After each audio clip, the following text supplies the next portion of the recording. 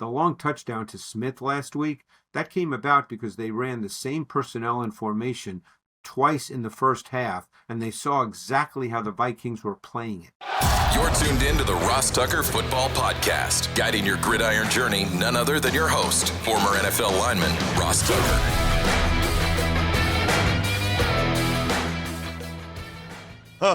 Oh, yeah, it is. But it's not just any Ross Tucker Football Podcast. It is a teaching tutorial Thursday, which means we have the legendary professor from NFL Films University, the great Greg Cosell, is in the house. Part one of the 2 days we do with the NFL Films legend, breaking down as many games as we can to get you ready for Week 8 already in the NFL. You can check Greg out on social media at Greg Cosell. Check us out at Ross Tucker Pod. I am at Ross Tucker NFL. Love all of the YouTube folks that check us out, youtube.com/Ross Tucker NFL. There is some quarterback injury news and an interesting NFL decision that we'll get to a little bit later on in the show. But first, we start with the civilian GOAT, my affectionate term for Greg Cosell, who's presented by Liquid Death. By far the best water and definitely best tasting iced tea I am aware of. They're out here in Los Angeles, where I am, as you can tell, in a hotel room, bright and very early, because I've got the Chargers and the Vikings tonight. It's Big Show time. The Big Show. Okay, Greg, let's start with that game that I have tonight. Two teams right around 500. The Vikings have been up and down. It's a win, a loss, a win, a loss, alternating the whole time. And then the Chiefs, they started out 3-0. They're 1-3 in their last four. Feels like a really, really significant game, swing game for both these teams and their playoff hopes tonight. Let's dive into it pretty deep. You can start wherever you want to, my friend. Well, I think let's start with the Chargers. They started off really, really well. I think that they're struggling right now a little bit with their identity because they don't really have the run game that they want to have, and that I think ultimately Greg Roman and Jim Harbaugh would really like to have. And it's a run game that's based primarily on the use of base personnel, whether they line up with 2 tight ends, 3 tight ends, the fullback Scott Matlock. And last week was a prime example. That game got away for them pretty early, and they were forced to play in a way I don't think they really wanted to play, Ross. They ended up playing 81% out of 11 personnel. And not that they have poor wide receivers, but I don't think that's really the way they want to play. Although I think in the last couple of weeks, they may have discovered that they have a nice receiving threat in the rookie tight end from Syracuse, Oronde Gadsden, who's had 7 receptions in each of the last 2 games and can line up in multiple locations within the formation. So maybe that gives them another weapon that they didn't know they had going into the season. But I think ideally they want to be a running football team. They lost Omarion Hampton, their first-round pick, and I think they're struggling a little bit with playing the way that they'd like to play. So I think that, to me, that's one thing that stands out when I watch the Chargers on offense. No question, Greg. Studying them for this game, they are unrecognizable to the Chargers team we saw last year. If you remember, I did a couple Chargers games last year, including that Patriots one for NFL Network, and it was a lot of Tucker Fisk and Matlock and running the ball, and they were limiting. Herbert only had 3 interceptions the whole year. He has 6 already this year. Watching them against the Colts. Now, in fairness, they got down pretty big to the Colts pretty early, but against the Colts, it looks like the Dan Fouts Chargers or, maybe even Phillip Rivers. I mean, Herbert just drop back pass. And right now, Greg, their offensive tackles are Foster Sorrell and Bobby Hart. Yeah, in this game. Now, listen, tonight, they're questionable. They might be getting Joe Alt back. They might be getting Trey Pipkins back. But I'm sitting there watching them thinking the last thing they want to do with Foster Sorrell at left tackle and Bobby Hart, I didn't even know he's still in the league, at right tackle, is throw the ball this much. The other problem with that is Gadsden looks like a real find for them. but he's not ready as a run blocker. So No. if they run to where he's at, he just gets annihilated and, gets knocked back and it ruins the play. I think they ran it better against the Dolphins. Kimani Vidal had over 100 yards, and that's still what they want to be. Yeah. And Gadsden, they know he's not a run blocker. That's not how he ultimately would be deployed. He will attach to the formation at times, but you're right. If you look at the other side, it really struck me last week watching Carson Wentz, and you probably noticed this as well, how much he threw and they worked outside the numbers. I mean, I think he threw 28, 30 balls outside the numbers. And I'm not talking about, swing routes with running backs. I'm talking about throwing, outcuts outside the numbers. That's where they worked against the Eagles primarily. And I think that's probably a good way to go with Carson Wentz, because I think one of the issues that he's always had to some degree is he doesn't necessarily see the field really well in the middle where there's a lot more bodies. And they certainly have receivers who can work outside the numbers. Although I think that's one reason in that particular game last week, Justin Jefferson may not have been as big a factor as many thought, because I think he runs those in-breaking routes and works between the numbers as well as any receiver in football, and therefore he wasn't targeted as much as Addison. But that's what really stood out to me watching their passing game. That game felt to me, Greg, like the perfect Carson Wentz game in which he did a bunch of positive things, but just has those critical, I don't know if inexplicable is the word, but just some of those critical mistakes that make it really, really hard to overcome and win the game.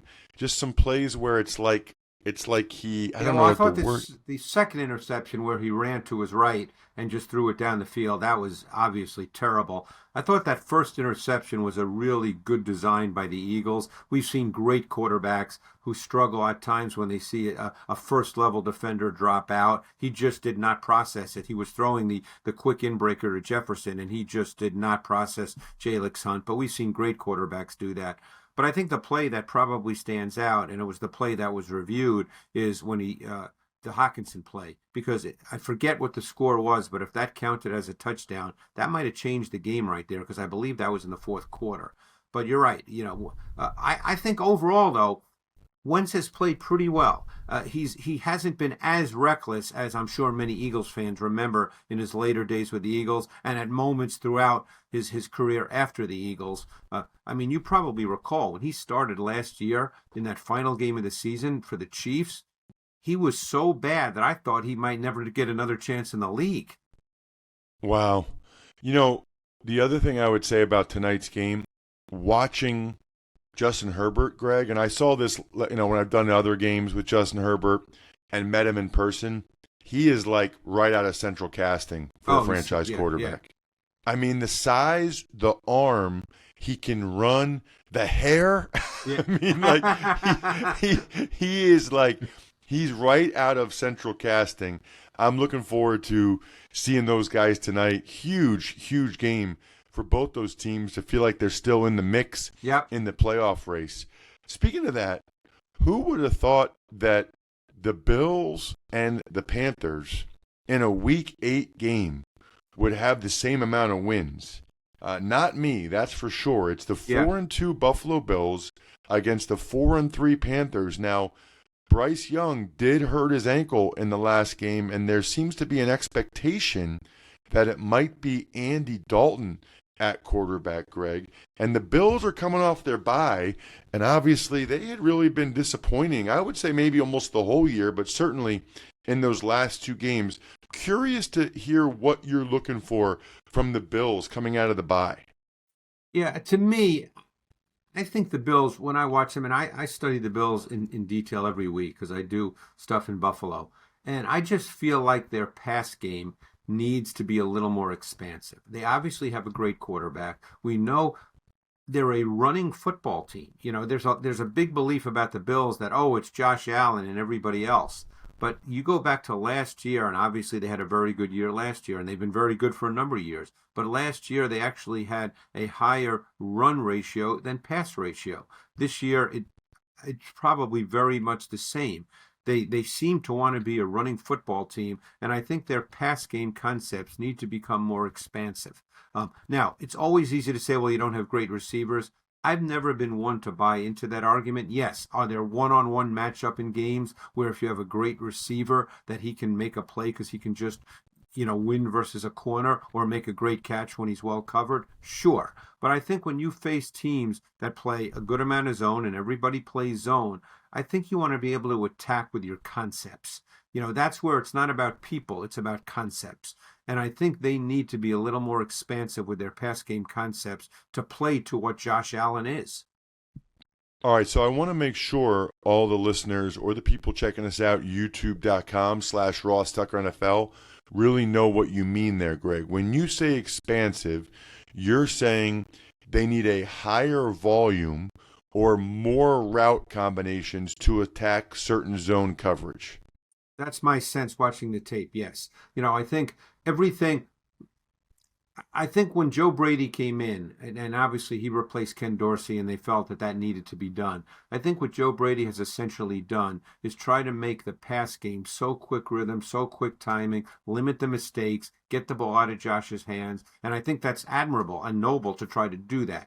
But now you have to think, is that at the expense of having a quarterback that is maybe the most physically gifted quarterback in the league? You don't see very many intermediate throws in their pass game. And when I say open it up and be a little more expansive, I don't mean have them drop back and throw 60 yards down the field.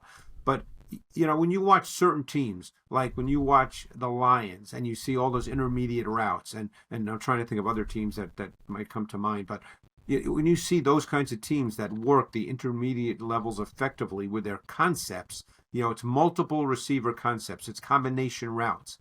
I feel like I don't see as much of that from the Bills. And again, I'm giving you my interpretation of it. That's the way I think about the pass game. Some might disagree, but I don't think you see that from the Bills very much. Curious to get your thoughts on the other side, Carolina, whether it's something you've seen from Bryce Young, their running game. They've got some real guys on defense with Derek Brown and J.C. Horn. I mean, the Panthers are a team that nobody's talking about, but they should. They got above a 500 record. Well, I think the two guys to me that really stand out on their defense, I mean, we know about Derek Brown. He's a really good player. But I think J.C. Horn, he's their boundary corner. So he gets a lot of man matchups, and he's playing really well. And the other guy that stands out and the way they use him in multiple ways is the safety, Trayvon Moehrig. And he's the guy they signed from the Raiders, probably not a well-known name, although he was a first-round pick at one point. I think he shows up on tape quite a bit in the way they deploy him. He plays on the back end. He plays in the box. He plays the overhang position. At times he'll be in the slot. He's a really solid, complete football player. More great stuff right after this. I know how a lot of you guys are. You're like me. Most of the time, you should do something or at least look into it, but you just don't, quote unquote, feel like it, or you just don't have time. I can't make this any easier for you. Go to westshorehome.com/Ross. Check out all the projects I've had done at my house. Then schedule a time for a free estimate. What do you have to lose? At least then you know what it would cost to get new windows or new doors or a new bathroom or just a new shower like I just got in my detached garage where my studio is. I mean, listen, I can already tell you, well worth it. Well worth it. I said to my buddy who owns westshorehome.com, I said, dude, now I see why so many people do this. Now I see why you have 60,000 five-star reviews. Free installation on all projects, plus save an extra $500 now by scheduling at westshorehome.com/Ross, and you will be the winner this week. You schedule the free estimate, you're the winner. I'll do a video for you, send you an autograph, whatever you want. westshorehome.com/Ross. See website for details. The smells, the rituals, the noise, the passion. Game day is an experience unlike any other. And whether you're tailgating, hosting, or just watching with your crew, choose Smirnoff. because no game day is complete without the world's #1 vodka. It's the perfect vodka for crafting delicious cocktails that are easy to make and versatile for any and all fans over 21. Grab a bottle of Smirnoff at your local retailer and head to Smirnoff.com to find recipes of delicious cocktails perfect for game day. Please drink responsibly. Smirnoff number 21 vodka, distilled from grain, 40% alcohol by volume. The Smirnoff Company, New York, New York. Please do not share with anyone under legal drinking age. Yeah, Merrick, he was pretty highly, I think a TCU kid, maybe? Yeah, and he was a first-round pick. Yeah, he was highly thought of for sure. That's an interesting observation. I'm certainly curious to see what the offense looks like for them if it is Andy Dalton as opposed to Bryce Young. I'm also curious, Greg, to get your thoughts on what the heck is going on with the Texans offense. Now, I don't know how much of that was bad Texans offense or good Seahawks defense, and maybe a lot of it was that the Seahawks defense is really that good. But the Texans play the Niners on Sunday, and I think after the way the Texans had exploded offensively in the fourth quarter against the Titans and then in that Ravens game going into the bye, I think there was hope in Houston that that would continue. It did not against Seattle, and now they need to take on the 49ers in a really important game for both those teams. Yeah, well, Seattle really blitzed a lot. And the interesting thing is Seattle had not blitzed much at all in their prior game against Jacksonville, in which they primarily relied on a four-man D-line pass rush and actually generated a ton of pressure on Trevor Lawrence. But then in this game against that O-line and Stroud, they were high percentage blitz. And they came after him. And there's no question that the O-line has not been particularly good. That goes back to last year as well. And I think it's really had an impact on Stroud. He's just been playing. It's an interesting, watching him is kind of an interesting combination, Ross. There are times where he just plays really fast. And there are other times where he's in the pocket and you can just tell that he's hesitant and tentative. And that has really limited his what was once his higher level anticipation and timing trait, which was phenomenal as a rookie. And when you start playing fast physically, what that really does is it slows you down mentally. And I think you hear athletes in all sports talk about how you want it to slow down. I think right now it's not slowing down mentally because he's so conscious of the fact that he's going to be under pressure. He's probably anticipating pressure when it's not even there. And again, I'm not in his head, but I'm just interpreting what I'm seeing on film. And he's an uncomfortable player right now. And therefore his precise ball location has suffered, his timing and anticipation has suffered, and he just does not look like the same quarterback. And the run game, they had Mixon and now they don't, and it's up and down. It's uneven. So they don't really have right now a particular part of their offense they can hang their hat on. That's so interesting. So you're saying that sometimes C.J. Stroud's playing too fast and other times he's playing too slow? He has a tough time playing in the middle? Fast physically, but slower mentally. Those are two different things. Look, a quarterback knows, depending on the play call, Ross, that at most he really has 3 seconds, at most. So what happens is there's a certain sense that, hey, I've got to get back there. I've got to read it out the right way. I've got to get rid of the football. But if you're anticipating pressure, which I'm sure he is, he's anticipating, and I bet he's even perceiving pressure that's probably not pressure at times. What happens is you start to speed up your body because you think, everything's happening fast. I'm going to get pressure. I got to get the ball out. But the problem is when you do that, your brain also speeds up. So you're slowing your thought process down mentally. So you're not seeing the field the way you need to see the field. You're not seeing it with the needed clarity. And then what about the other team, the Niners? Even with all these injuries, they keep figuring out a way. They only gave up 10 points to the Falcons without Fred Warner and Nick Bosa. Yeah, well, I'll just mention Tatum Bethune, who replaced Warner, and he really played a great game last week. That kid is physical. He's aggressive. Now that they have Malik Mustafa back at safety, he's probably one of the most aggressive downhill safeties in the run game in the NFL. So their defense, they're patching it together, and they obviously have Robert Saleh, who's just a pro at this.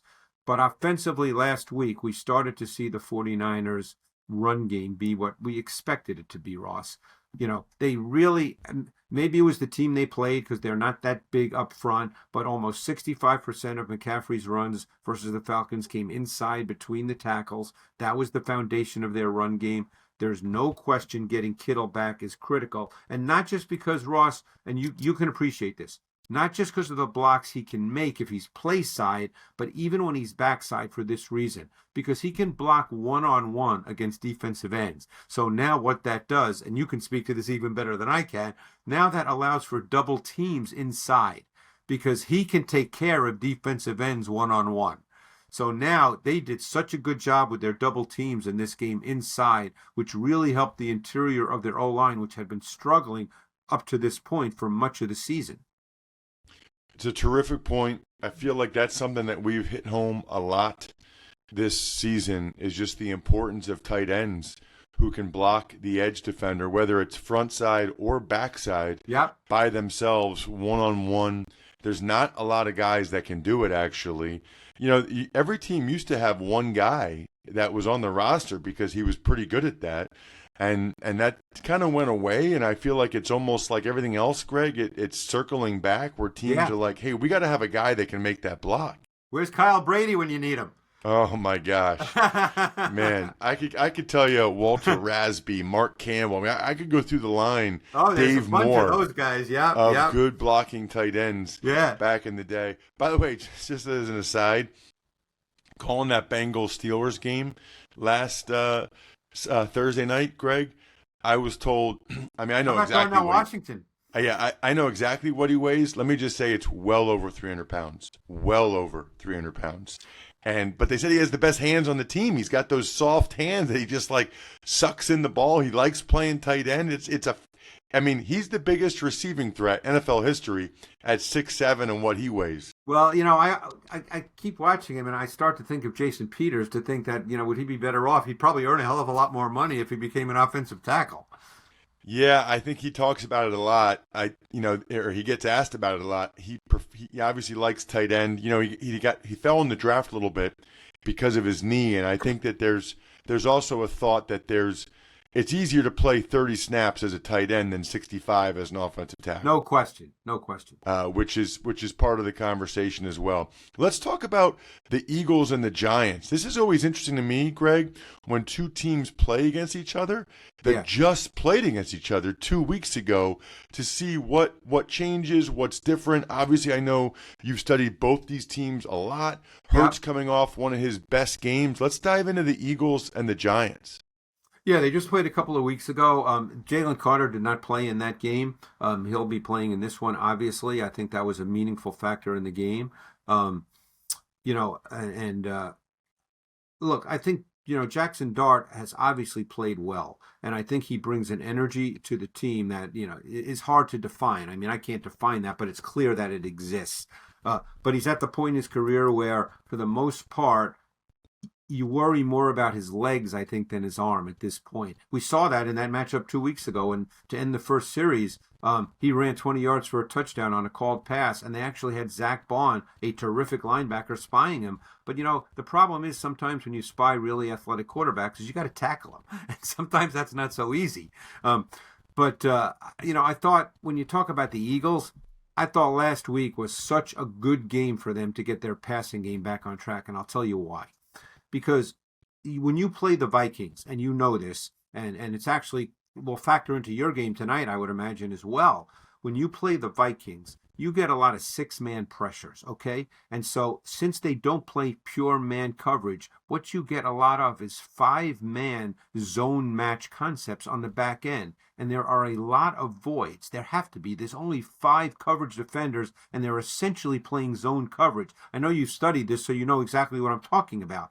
And the Eagles' O-line did a really, really good job in pass protection. And there were a number of throws where Hurts was relatively clean in the pocket, and the voids were so clean. And then there were a couple of times, and I thought Hurts did a great job with this, where he left the pocket, and instead of running, he got his eyes right back up, and he stayed focused on throwing the football, something he doesn't always do, and I thought he did that really, really well. And then there were other plays that he just executed really, really well from the pocket. I don't know if you noticed this. Obviously, you're doing the Vikings game, so you studied their defense. But the long touchdown to Smith last week, that came about because they ran the same personnel and formation twice in the first half, and they saw exactly how the Vikings were playing it. So on the second play of the third quarter, they came back to that same personnel, which was 6-0 linemen, and the same formation, which was essentially a 5-man surface to the wide side of the field, and they knew that Harrison Smith would drop down because it's a run look, a run formation, run personnel, and they knew they had Devonta Smith one-on-one with no safety help. And that just, to me, is just great football.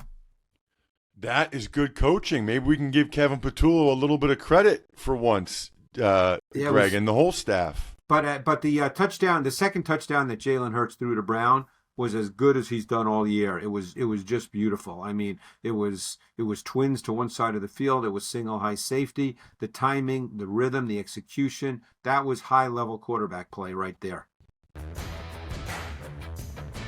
All right, let's dive into the news. But first, it's getting colder out there, which means it's time to drink more beer. Specifically, Labatt or Labatt Blue Light. Absolutely delicious. Hopefully you guys saw on social media at Ross Tucker NFL, I did that taste test recently.